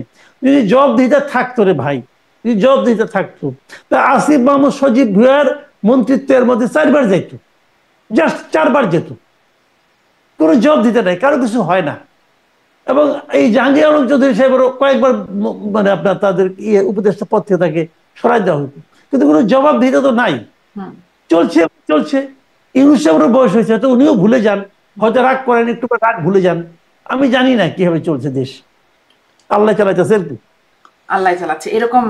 আচ্ছা যাই হোক, ওই আল্লাহ চালাচ্ছে সেই বিষয়ে না, যে স্বরাষ্ট্র উপদেষ্টাও একবার এরকম একটা কথা বলেছিলেন। আমি একটু আসি যে মানে যেটি নিয়ে শুরু হলো, আপনি এটা নিয়ে বেশ কয়েকটা কন্টেন্টও বানিয়েছেন, আমি দেখেওছি সেই বিষয়গুলো। তারপরে একটু সামারি করে জিজ্ঞাসা করি যে জাতীয় পার্টি তাকে নিষিদ্ধ করা নিয়ে তো এত মানে গণ অধিকার পরিষদের এত তৎপরতা, এবং তাকে ঘিরেই পরবর্তীতে একেবারে ঘটনা। যেই জাতীয় পার্টিকে তাকে মানে জাতীয় পার্টিকে যার দোষর, স্বৈরাচারের দোষর হিসাবে আখ্যায়িত করা হচ্ছে, সেই সেই সরকার প্রধান, স্বৈরাচার সরকার প্রধান শেখ হাসিনা, তিনি বলেছিলেন জাতীয় পার্টিকে জিন্দা লাশ। জাহাঙ্গীর কবির নানকের সাথে একটা ফোন আলাপে, আপনি শুনেছেন কিনা জানি না, সেখানে জিন্দা লাশ হিসাবে আখ্যায়িত করছেন জাতীয় পার্টিকে। সেই মানে তিনি যেখানে জিন্দা লাশ হিসেবে আখ্যায়িত করছেন, সেই সময় যখন তাদের এমপিরা আছে সংসদে, বা তাদের একটা মানে এক ধরনের একটা ক্ষমতা হয়তো আছে জাতীয় পার্টির, এখন যখন জাতীয় পার্টি চাপে আছে, তখন সেই জিন্দা লাশকে নিয়ে এত টানাটানি, মানে তাদেরকে নিষিদ্ধ করার জন্য এত টানাটানি কেন? এটা হলো কি জানেন, যখন নাকি মানুষের মনোবল ভেঙে যায়, যখন মানুষ জানে যে আমি একটার পর একটা অন্যায় করছি, তখন মানুষ কিন্তু ছোটখাটো বিষয় দেখলেও আটকে ওঠে। এখানে হচ্ছে ওই জিনিসটা। আমাদের সামনে একটা নির্বাচন হতে যাচ্ছে, 5 মাস পরে নির্বাচনটা হবে। এই নির্বাচনে এই দেশের প্রধান দুইটা, যত কিছু বলেন ভাই, দেশের রাজনৈতিক দল হলো দুইটা এখনো, আওয়ামী লীগ আর বিএনপি, প্রধান দুইটা রাজনৈতিক দল। আর দ্বিতীয় স্তরের রাজনৈতিক দল হলো জাতীয় পার্টি এবং জামাত ইসলাম। এটা সেই 90 সাল থেকেই এই বাস্তবতা আমরা দেখছি। তো সেই বাস্তবতার মাথার দুইটা রাজনৈতিক দলের মধ্যে একটা রাজনৈতিক দল নাই। তো এই যে নাই দল, নাই দলের মাথার লোকগুলি খারাপ, করাপ, চোর, ডাকাত সব আছে, সবগুলিকে আপনি জেলে যান, আমার কোনো আপত্তি নেই। কিন্তু আপনি দলটাকে ইলেকশনই করতে দিচ্ছেন না। না দিচ্ছেন কেন? এক ধরনের ভীতি কাজ করছে সবার মধ্যে, যে যদি কিছু হয়ে যায়। দেখেন, আমি একটা কথা আপনাকে বলি সরাসরি, দেখেন আপনি, গত বছরের অগাস্টে শেখ হাসিনা সরকারের পতন হয়েছে। যদি অগাস্টের 3 মাস পরে একটা ইলেকশন হইতো, আওয়ামী লীগের পক্ষে কয়টা আসন পাওয়া সম্ভব হইতো আমি জানি না। আমার মনে হয় না সারা দেশে আওয়ামী লীগের কোনো জনপ্রিয়তা তখন ছিল।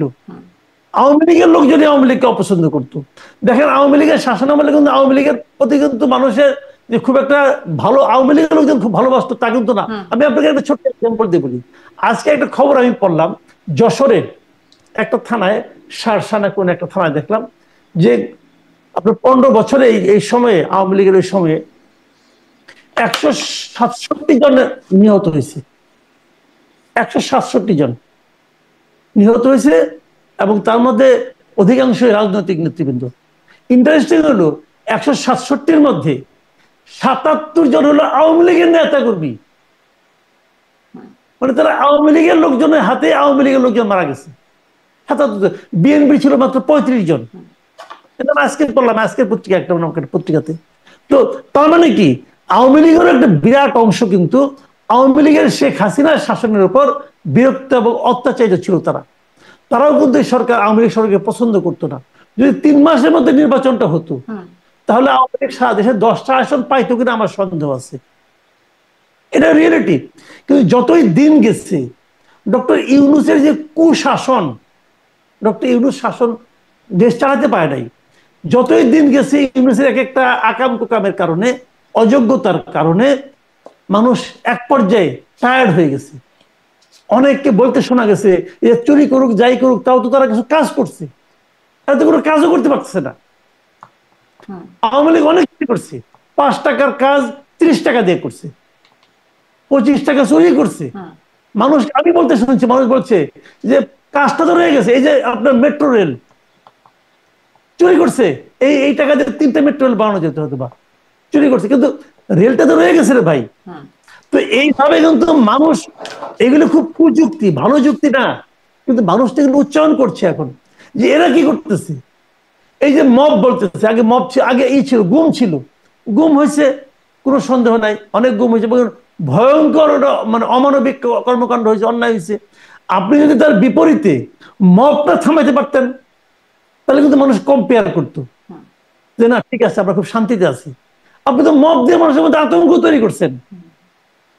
তাহলে পার্থক্যটা কি হলো? আমি কিন্তু আওয়ামী লীগের সঙ্গে এই সরকারের কম্পেয়ার করছি না, কিন্তু আওয়ামী লীগের চেয়ে সরকার অনেক ভালো, আমার বিবেচনা অনেক ভালো। আমি অনেক কথা আগে আমি আওয়ামী লীগ গভর্নমেন্টের সমালোচনা করতাম, কিন্তু শেখ হাসিনার সমালোচনা সরাসরি করতে পারতাম না, ঝামেলা হইতো। এখন কিন্তু আমি ডক্টর ইউনূসের সমালোচনা করি, যেটা ভালো না লাগে।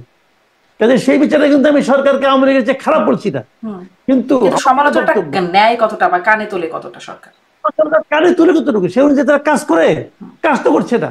দেখেন, আমি আপনাকে আমি নিজে সাংবাদিক, আমি একটা প্রেস ক্লাবের উদাহরণ দিয়ে বলি। প্রেস ক্লাবের ইতিহাসে কখনো নির্বাচন বন্ধ হয় নাই। এই সরকার আসার পর যারা প্রেস ক্লাব দখল করছে তারা 1 বছর নির্বাচন করে নাই, জাস্ট নির্বাচন করে নাই। এই নির্বাচনকে তারা 1 বছর একটা এজিএম করে বাড়াই দিচ্ছে। প্রতিদিন প্রেস ক্লাব থেকে, আজকেও দেখলাম না কালকে দেখলাম যে 18 জন না কত নাকি 17 জনকে প্রেস ক্লাব থেকে বহিষ্কার করে দিচ্ছে। তাদের বহিষ্কার মানে তাদের সভা স্থগিত করছে। তো এরকম তো আগে দেখি না রে ভাই। আমি তো প্রেস ক্লাবের মেম্বার আজকে 30 বছর ধরে, আমি তো এরকম কখনো দেখি নাই। তো মানে এইগুলি কেন হচ্ছে? এই সরকার এমন হচ্ছে, প্রশ্রয় পাচ্ছে বলে হচ্ছে। কাজে এগুলি ভালো কিছুটা। আগের আমলে সাংবাদিকদের মধ্যে একটা বড় গ্রুপ ছিল যারা হাসিনা সরকারের তেল মারত, এখন মারে না, এখনো মারে। এই যে পান্না গ্রেপ্তার হলো, একটা সাংবাদিক সংগঠনকে দেখছেন এটা কোনো প্রতিবাদ করতে? আমি তো দেখলাম না ভাই। পান্না তো একজন সাংবাদিক, দেখলাম না তো। কেন দেখলাম না? হয়তো তারাও মবের ভয় করে, আমার ধারণা যেটা, হয়তো তারাও মবের ভয় করে। জি, মঞ্জুর আলম পান্না বলছিলেন যে আমার হাত করা, আপনারা সাংবাদিকরা কার পক্ষে লিখবে, আসলে সাংবাদিকরা কার পক্ষে সেটাই একটা বড় বিবেচনা। আমি অবশ্য খুব কাউকে কিছু বলতে দেখছি না। আর একটা প্রসঙ্গে একটু আসি, এই নুরুল হক নূরের ঘটনার পরে প্রধান উপদেষ্টা রাজনৈতিক দলগুলোর সাথে বৈঠক করলেন, বিএনপি এনসিপি, মানে এই 3টি দলের সাথে বৈঠক, প্রধান 3টি দল হিসেবে যাদেরকে সরকার আখ্যায়িত করে, বিএনপি, এনসিপি এবং জামায়াত। তারপরে একটা নোট দেখতে পেলাম, আমি একটা সূত্র থেকে জানতে পারলাম, আপনি জেনেছেন কিনা এই বিষয়ে সেটিও একটা প্রশ্ন, এবং তারপরে সেই যদি জানেন, সেই একটা স্পেশাল রিমার্ক, এই মিটিংয়ে একটা স্পেশাল রিমার্কের মধ্যে দেখছি যে বর্তমান আর্মি চিফ থাকলে ফেয়ার ইলেকশন সম্ভব না, তাকে রিপ্লেস করা না হলে প্রধান উপদেষ্টা দায়িত্ব কন্টিনিউ করবেন। এটা ইংরেজিতে আছে, আমি বাংলায় করে বলছি। মানে এরকম কিছু কি আসলে হয়েছে? আর এরকম কিছু হলে আসলে কে টিকবেন, মানে ডক্টর ইউনূস নাকি জেনারেল ওয়াকার? এটা এটা আসলে নোট আছে কিনা আমি জানি না। আমি কোনো মিডিয়াতে মানে আমি দেখিও নাই। যদি বিচ্ছিন্নভাবে কেউ বলে থাকে তার সত্যতা নিয়ে আমার সন্দেহ আছে। আর যেটা সত্যতা নিয়ে আমার নিজেরই সন্দেহ আছে, সেটাকে সত্য করে তো মন্তব্য করাটা আরো রিস্কি। কাজে সেই পথে আমি যাব না। মানে এই বিষয়টা নিয়ে আপনার, আপনিও জানেন না, মানে আমিও জানি না যেটা ঠিক কিনা। এখন তো অনেক খবর আসে, একটি সোর্স থেকে আমি দেখছিলাম যে বেশ কিছু, যে কি ইনফরমেশন কি হয়েছে, এখানে কারা কারা পার্টিসিপেট করলো, অ্যাডভাইজাররা কারা ছিলেন, চিফ অ্যাডভাইজার কি মেসেজ দিলেন, সেখানে আসলে এই বিষয়গুলো, কোন দল কি বললো, এই বিষয়গুলো নিয়ে কি নোটের মতো করে আছে। আমি আপনাকে পাঠিয়েও দিব যদি আপনি দেখতে চান পরবর্তীতে। আপনাকে এখানে আর্মি চিফের ব্যাপার না, একটা অবাধ, নিরপেক্ষ এবং সকলের কাছে গ্রহণযোগ্য নির্বাচন ডক্টর ইউনূসই করতে পারবেন না। এটা অন্য কারোর উপর দায় চাপানোর দরকার নেই, অন্য কাউকে বলে অজুহাত দেওয়ার দরকার নেই। এটা ডক্টর ইউনূস হিমসেলফ পারবেন না। এই কারণে উনি হয়তো করবেন নির্বাচন, উনি বলছেন আমি ইতিহাসে সর্বশ্রেষ্ঠ নির্বাচন উপহার দেব জাতিকে, পারবেন না। উনি পারবেন না এ কারণে যে উনি নিজেই তো পক্ষপাতদুষ্ট ব্যক্তি। যে লোকের আমরা যে নিরপেক্ষ নির্বাচনটা কখন আশা করি, আমরা তখন আশা করি যখন আমরা ভাবি যে এই লোকটা যে ইলেকশন করতেছে ওনার কোনো দলের প্রতি কোনো ধরনের পক্ষপাত নাই, উনি নিজের কোনো দলের সঙ্গে নাই, ওনার নিজের কোনো দল নাই এবং উনার কোনো স্বার্থ নাই। এখানে তো ওনার নিজের দল একটা আছে, এনসিপি যে ডক্টর ইউনূসের দল, এটা বাংলাদেশের সবাই জানে এবং উনি ওরা জানাই দিচ্ছেন, একদম ডকুমেন্টেড। উনি এটা একটা পডকাস্টে, বিদেশি একটা ইংল্যান্ডের একটা পডকাস্টে উনি বলেছেন এই কথাটা। তো ফিনান্সিয়াল টাইমসকে উনি বলেছেন যে এটা উনি ওনাদেরকে বলছেন তোমরা একটা দল করো, বলেন নাই? বলছেন তো। যেখানে উনার দল আছে ইলেকশনে, সেখানে উনি যদি প্রধান থাকেন, সরকার প্রধান থাকেন, ওই নির্বাচন গ্রহণযোগ্য হবে না রে ভাই। এখনই তো আপনি আমাকে বলেন, এনসিপি এখন ওনাদের প্রথম প্রধান 3টা দলের মধ্যে এনসিপি, কোন বিবেচনায় এনসিপি কি ইসলামী আন্দোলনের চেয়ে বেশি ভোট পাবে? চ্যালেঞ্জ। এনসিপি কি জাতীয় পার্টির চেয়ে বেশি ভোট পাবে? আমি চ্যালেঞ্জ দিয়ে বলতেছি, পাবে কিনা দেখেন, পাবেই না। আপনারা জাতীয় পার্টিকে কোনো মিটিংয়ে ডাকেন না, অথচ জাতীয় পার্টিকে আপনি নিষিদ্ধও করেন নাই। কিসের নিরপেক্ষ আপনি বলেন? আপনি আমাকে, আপনি কি জাতীয় পার্টিকে নিষিদ্ধ করছেন? এই গভর্নমেন্ট করছে? করে নাই তো। ঠিক আছে, আওয়ামী লীগকে আপনি নিষিদ্ধ করছেন, বাদ দিলাম। জাতীয় পার্টি তো আপনি নিষিদ্ধ করেন নাই, না কইরা তাকে আপনি কোনো মিটিংয়ে ডাকেন না। এই যে আপনার ঐক্যমত্য কমিশন হচ্ছে, 35টা পলিটিক্যাল পার্টি সেখানে যাচ্ছে, যে 35টা নাম আপনিও বলতে পারবেন না, আমিও বলতে পারবো না। সেখানে জাতীয় পার্টিকে আপনি কখনোই ডাকেন না। কেউ ডাকেন না, বলেন কেউ ডাকেন না। আপনি একটা কারণ দেখাবেন, ওই কারণ তো সবাই সমর্থন না করতে পারে। ওই কারণটা কি সার্বজনীন কারণ? ওই কারণটাকে দেশের সমস্ত পাবলিক পছন্দ করে, স্বীকার করে? কয় না তো। তাহলে আপনি আওয়ামী লীগের ব্যাপারে বলতে পারেন ওদের রাজনৈতিক কর্মকাণ্ড নিষিদ্ধ করছি, তো জাতীয় পার্টিকে আপনি ডাকেন না কেন? কোনো লজিক নাই, বলতে পারবে না। ওনাদের মনে হয়েছে, ওনার বাচ্চারা বলছে যে এটা স্বৈরাচারের দোষর, ডাকা যাবে না, ডাকেন নাই। জি, মানে এই জবাব দিতে বা এই ব্যাখ্যাগুলো আসলে পাওয়ার কোনো সুযোগ নাই। অথবা জেনেও না বলেছেন, কোনটা আমি জানি না। যদি জেনে না বলেন তাহলে তো মিথ্যা বলছেন। আর যদি আসলেই না জানেন, নাও জানতে পারেন, ওনার সব জানতে হবে তা তো না। ওনার মানে চিফ জাস্টিস কোথায় যাবে, অমুক জাস্টিস কোথায় যাবে, সব তো উনি জানবেন না। তবে এটা তো একটা বড় ঘটনা, এটা ওনার জানাটা স্বাভাবিক। তবে পৃথিবীতে অস্বাভাবিক ঘটনাও তো ঘটে, হতেও পারে। হয়তো আমি বেনিফিট অফ ডাউট দিচ্ছি, হতেও পারে। আচ্ছা, আর একটা জিনিস, সেনা প্রধান নাকি আবার প্রধান উপদেষ্টাকে গিয়ে বলে আসছেন গুজবে কান দেবেন না, প্রেস সচিব আবার পরবর্তীতে এটি বলেছেন। মানে এটিও কি আপনি বুঝতে পারেন যে সেনা প্রধান কেন এটা, মানে জানি না। জি, আমি জানি না কি কারণে বলবেন, কেন বলতে পারেন, ওনার মনের কথা বলতে পারবো না। তো যদি উনি বলেও থাকেন, দেখেন সেনা প্রধানের সঙ্গে প্রধান উপদেষ্টা মিটিং হয়েছে, অনেক কথাই তো হয়েছে, অনেক কথাই তো হয়েছে। কিন্তু যখন এটাকে প্রেস রিলিজ হিসেবে যখন আপনি মিডিয়াতে পাঠাবেন, যারা পাঠাবেন তাদের কেয়ারফুল হওয়া উচিত যে কোন কোন শব্দটা ব্যবহার করলে তার আফটার ইফেক্ট কি হতে পারে। আমার মনে হয় এই নিউজের, এই প্রেস রিলিজের ক্ষেত্রে তারা সেভাবে সেটা চিন্তা করেন নাই। অথবা উল্টোটা এমনও হতে পারে তারা এটা ইন্টেনশনালি করেছেন, মানুষের মধ্যে গুজব কি গুজব কি গুজব এই আলোচনাটা ছড়িয়ে দেওয়ার জন্য হয়তো ইন্টেনশনালি করেছেন। তা না হলে এই কথাটা সেনা প্রধান উপদেষ্টাকে কি কি বলেছেন, এগুলো এই শব্দটা ব্যবহার করে প্রেস রিলিজ দেওয়া, আমি মনে করি এটা খুব পেশাদার কোনো কাজ হয় নাই। আর এটাও একটা প্রশ্ন যে সেনা প্রধান কেন এই কথা বলবেন, মানে যেখানে প্রধান উপদেষ্টার যাবতীয় তথ্য, গোয়েন্দা তথ্য আসবার সুযোগ আছে, তিনি কেন গুজবে কান দেবেন? আর এই পরামর্শ সেনা প্রধানের কেন প্রধান উপদেষ্টাকে দিতে হবে? আমিও একটা বিষয়টি স্পষ্ট হই নাই, এই জন্যই ভাবলাম আপনার কাছ থেকে একটু জানি। শেষ প্রশ্ন করি যে নির্বাচন নিয়ে যে অনিশ্চয়তা আছে সেটির ব্যাপারে সরকার বারবার বলছে না, কোনোভাবেই না, নির্বাচন ফেব্রুয়ারিতেই হবে। কিন্তু নানান রকম অনিশ্চয়তার কথা আছে, যে যারা আসলে নানান রকম শর্ত জুড়ে দিচ্ছেন তারা নির্বাচন চান, কিন্তু তার আগে অনেক যদি তবে আছে। আমি সেদিনও একজন বিএনপি নেত্রীকে জিজ্ঞাসা করছিলাম যে তাদের একটা দেখা যাচ্ছে জামাতের যেমন 300 আসনে মনোনয়ন দেওয়া আছে, আবার এদিকে নানান রকম যদি কিন্তু তবে আছে, তাদের প্ল্যান এ প্ল্যান বি আছে, আপনাদের কি প্ল্যান বি? তো তিনি বলছিলেন যে আমাদের কোনো প্ল্যান বি নেই। আপনার কি মনে হয় বিএনপি আসলে প্ল্যান বি ছাড়া চলছে? নির্বাচন যদি না হয় বিএনপি তখন কি করতে পারে, বা তাদের কি কোনো কিছু আছে জানা শোনার পরিকল্পনা? শুনেন, বিএনপি মনে করে নির্বাচন ফেব্রুয়ারিতে হবে, বিএনপি মোটামুটি কনফার্ম যে নির্বাচন ফেব্রুয়ারিতে হবে, এবং আমিও ব্যক্তিগতভাবে মনে করি নির্বাচন ফেব্রুয়ারিতে হবে। এটা মনে করি এই কারণে যে প্রধান উপদেষ্টা তার জাতির উদ্দেশ্যে ভাষণে ফেব্রুয়ারির কথা বলেছেন। এই প্রথমবার উনি সুনির্দিষ্টভাবে বলেছেন, এবং বলার পরের দিনই উনি নির্বাচন কমিশনকে চিঠি দিয়েছেন, নির্বাচন কমিশন রোডম্যাপ ঘোষণা করেছে। মানে নির্বাচন ফেব্রুয়ারিতে ঘোষণা আসার পর থেকে যা যা হওয়া দরকার তাই হচ্ছে। এর মধ্যে পলিটিক্যাল পার্টিগুলো নানা ধরনের অজুহাত, নানা ধরনের দাবি দেওয়া তুলতেই পারে, এগুলো তাদের যার যার নির্বাচনী স্ট্র্যাটেজি, তারা হয়তো এইগুলো নিয়ে মাঠে নামবে, জনগণের কাছে যাবে। কিন্তু নির্বাচন হবে না এমন কোনো কথা এখন পর্যন্ত কেউ বলে নাই। বলেছেন তো, নাসিরউদ্দিন পাটোয়ারি বলেছেন ফেব্রুয়ারিতে নির্বাচন হবে না। পাটোয়ারি বলেছেন যে ফেব্রুয়ারিতে নির্বাচন হবে বলে মনে হয় না, উনি বলেছেন মনে হয় না। কিন্তু আমার কাছে মনে হয়েছে জিনিসটা, এই দুটো দলই তো আসলে, এই দুজনই তো একই দলের, এবং যে দলের এখন নিবন্ধন হয়নি আর কি, কাজে এটাকে কতটা গুরুত্ব দেওয়া যাবে আমি বলতে পারবো না। কিন্তু আমি যেটা মনে করি নির্বাচন ফেব্রুয়ারিতে হবে। জামাত পিআর টিআর চাচ্ছে, কিন্তু জামাত কখনো বলে নাই যে পিআর না হলে আমি নির্বাচনে যাব না, এই কথা বলে নাই। জামাত নির্বাচনের দল, আর যদি এনসিপি নির্বাচনে নাও যেতে পারে, এনসিপি নির্বাচনে না গেলে নির্বাচনে কিছু যায় আসে না, কারণ এনসিপি গেলেও যে খুব একটা প্রভাব এনসিপি ফেলতে পারবে এই নির্বাচনে, এটা আমার কাছে মনে হয় না।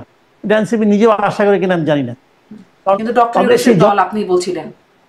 হ্যাঁ, হতেই পারে, ডক্টর ইউনূসের দল তো আগেও একটা করছিল, ওটা কি হয়েছে? 1 মাস মানে 3 মাস না যেতে গোত্তা খাইছে, ওটা কি হয়েছে? উনি কি একদম পলিটিশিয়ান হিসেবে খুব বিরাট নাকি? ডক্টর ইউনূসের রাজনীতি বুঝেন কিনা এটা তো আমার সন্দেহ আছে।